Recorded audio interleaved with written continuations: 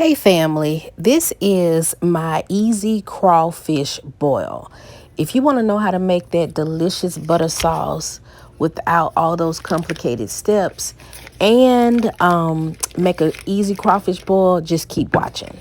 So I start my butter sauce with a stick and a half of salted real butter. I don't do margarine. I'm telling you, it just do it with the regular, do it with the real butter. Okay, it makes a whole world of a difference. And so once I melt it down, I add some onions over in there, and you're going to let those onions kind of just saute a bit before you start to add your other flavorings. One of those things, it's like you're at Crab Barack or Crab Shack and you have that taste. You can't figure out what it is. It's chili oil. I'm telling you, this Lee Kum Kee chili oil is the absolute best. It is packed with flavor and garlic, and I mean, it just hits that note, and that way you don't have to add all these other different things to it. So I put, so you see, 3 heaping tablespoons of some minced garlic in there, and I'm gonna put about 1.5 heaping tablespoons of the chili oil. I actually put the oil in first, and as you can see here, then I go to the bottom of it and scoop out that great chili, cooked chilies with the garlic and flavorings that they put in there. When I tell you, this makes a world of difference. Now you can stop here. This absolutely tastes good. Okay, I'm just gonna let you know you can stop here and do your crab boil or your crawfish boil. However, I still kick it up a notch because I'm looking for like that combination flavor at the Crab Barack. And so here I add a little bit of Old Bay, onion powder, garlic powder, and you'll see, I'll start tasting it.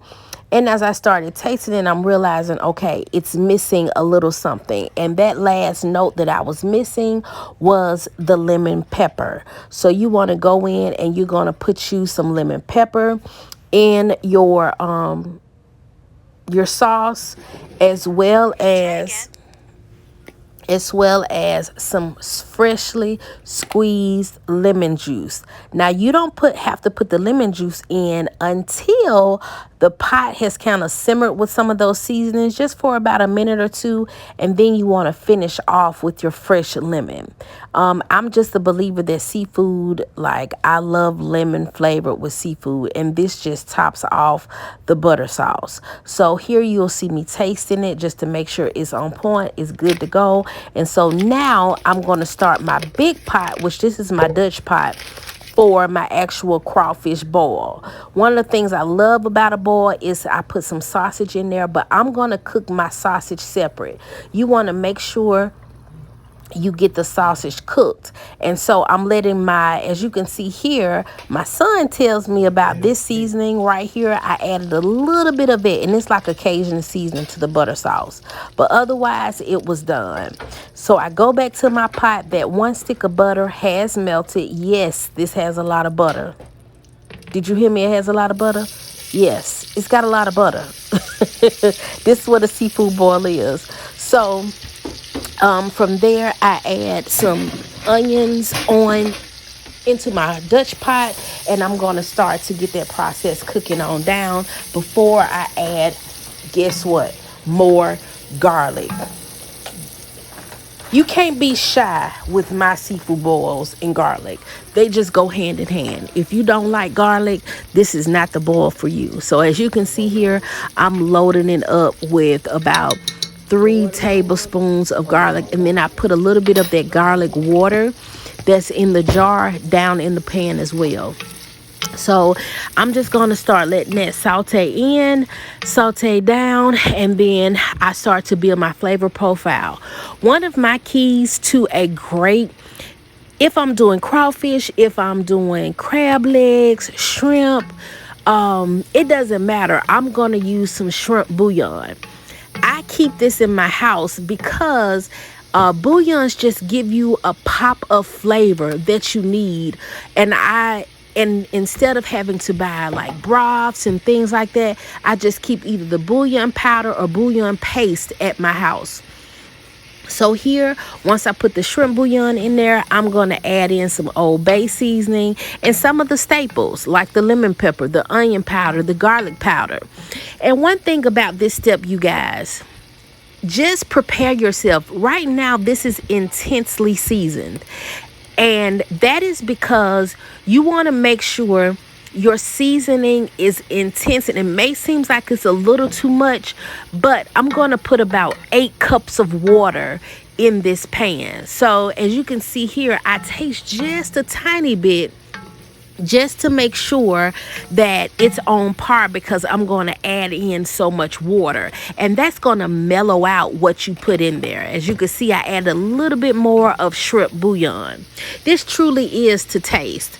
And so from there, I added in, those are 3 eggs. They have not been boiled, they are raw. So I'm putting the eggs in there, I'm dropping the corn in there, because this is going to boil and it'll cook inside the bowl. Okay, so you don't want to already have boiled eggs, because that's going to make them get that gray ring around them. They're not going to be really good, and they're going to be overcooked. So you want to put your eggs in there without boiling them first, because it'll boil with the boil. Okay, it will boil with the boil. I like that.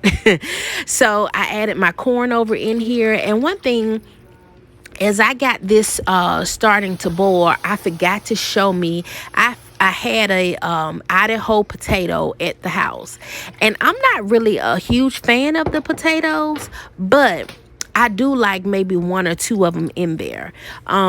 And so I don't show me putting the potato on camera, but I'll show you later where it's in there. And at the end, I take a full lemon and I squeeze it, and I drop the whole lemon, the hull, everything over in the bowl. And as you can see here, I taste my water just to see, if I need anything extra. I put a little bit more of the Old Bay seasoning in there. So right now you're set. You want to taste it, because this is what whatever you're boiling this in is going to take on those flavors. Some people like a little bit more spice. You see there's the potato that I cut up and put on there. Some people like a little bit more spice. Some people don't. Just add it to your liking. Now, this is my little cheat secret. The frozen Louisiana crawfish. Now, they are already seasoned, and they add to your boil. It is so good. They come right out the freezer, and you can just drop them over in there. They've already been cleaned. They've been seasoned at the peak hour, and then they're flash frozen. So you take those Louisiana crawfish, and you're going to drop them over in your water that has been boiling for some time, and you're going to add over whatever seafood that you have. So I had some crab legs and those crawfish. I add them over in there just so they can cook in. The last thing I'll add is, I'll show you in a minute, but you want to just fit your stuff down in the pot. Look at it as a puzzle. Just get it all in there, because you just needed to bring it back up to a boil, because once you put the frozen crawfish in there, of course, it's going to stop that water from boiling. So as you can see here, I got them in. I was just showing you a little snippet of my cheddar bay biscuits I have on. And so now the crab boil has come up to a boil. Now, this is where you need to know, don't let your seafood boil too long. Maybe 2 to 3 minutes. That's it. And as you can see here, I put my sausage over in the boil.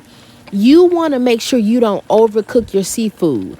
And I would even wait. See, if I had some fresh shrimp, I would just drop them in and cut the pot completely off, and that way the shrimp will just cook with that hot broth. So as you can see here, my boil is done, my sauce is ready to go. I had it on melt the whole time, so it's still nice and toasty.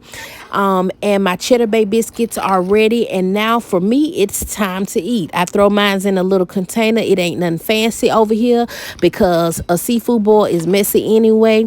I was going in to watch a movie, so it wasn't like making like this proper setting. It's just, put it in a little container, get me a little dump container, and I'm good to go. So I put my sauce on the side in a little glass jar so that I can dip my seafood in as I eat it. When I tell you guys, this is the absolute easiest and best. Who you think you was at the Crab Barack, the Crab Shack, any of those spots, because all of the flavor profiles are here and it's really easy to make. So I hope and I just pray that you try it out.